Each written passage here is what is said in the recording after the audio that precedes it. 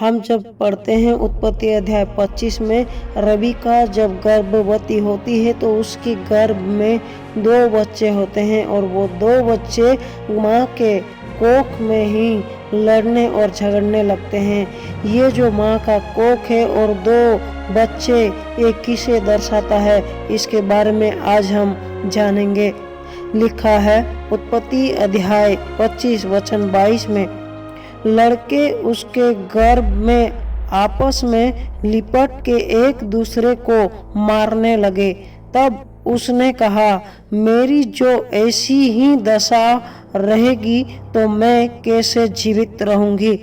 और वो यहोवा की इच्छा पूछने को गई।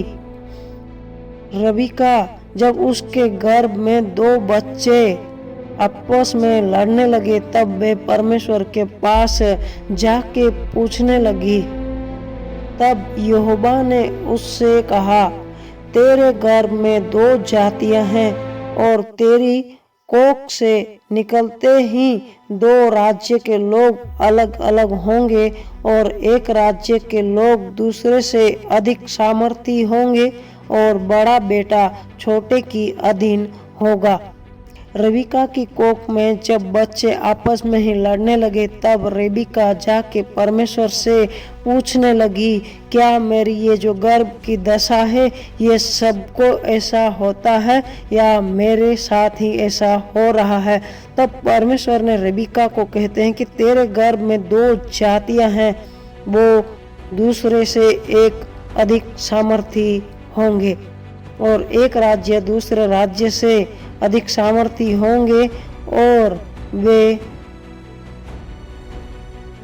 तब परमेश्वर कहते हैं कि एक राज्य दूसरे राज्य से अलग होगा और एक दूसरे से अधिक सामर्थी होगा।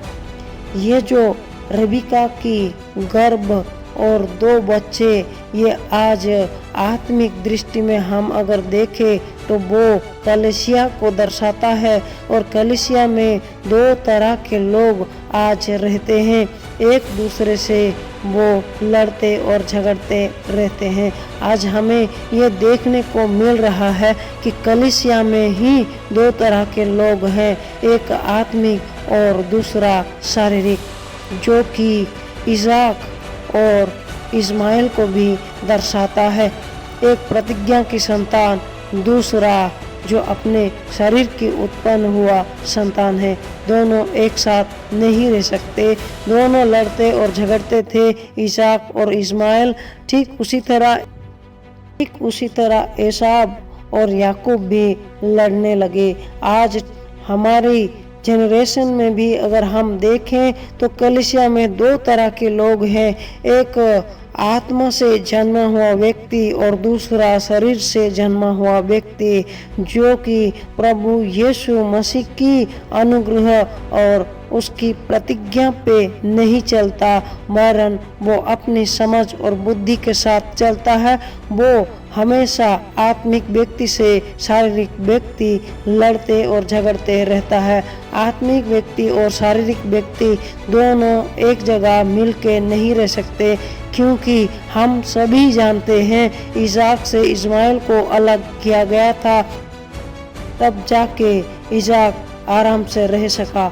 आज हमारे जनरेशन में भी हम कलीसिया में देखते हैं 2 तरह के लोग। अगर हम अलग नहीं रहेंगे तो हमारी जो आत्मिकता है वो भी नष्ट हो जाएगा। हमें अलग रह के परमेश्वर के साथ जुड़े रहना है और हमारी आत्मिक दिशा और हमारे आत्मिक जीवन को हमें बढ़ाते जाना है। परमेश्वर के साथ हमारे आत्मिक जीवन की उन्नति करते जाना है। हमें लड़ते और झगड़ते नहीं रहना है, एक दूसरे की गलतियां को दिखाते नहीं रहना है। हमें आत्मिक दिग में बढ़ते जाना है।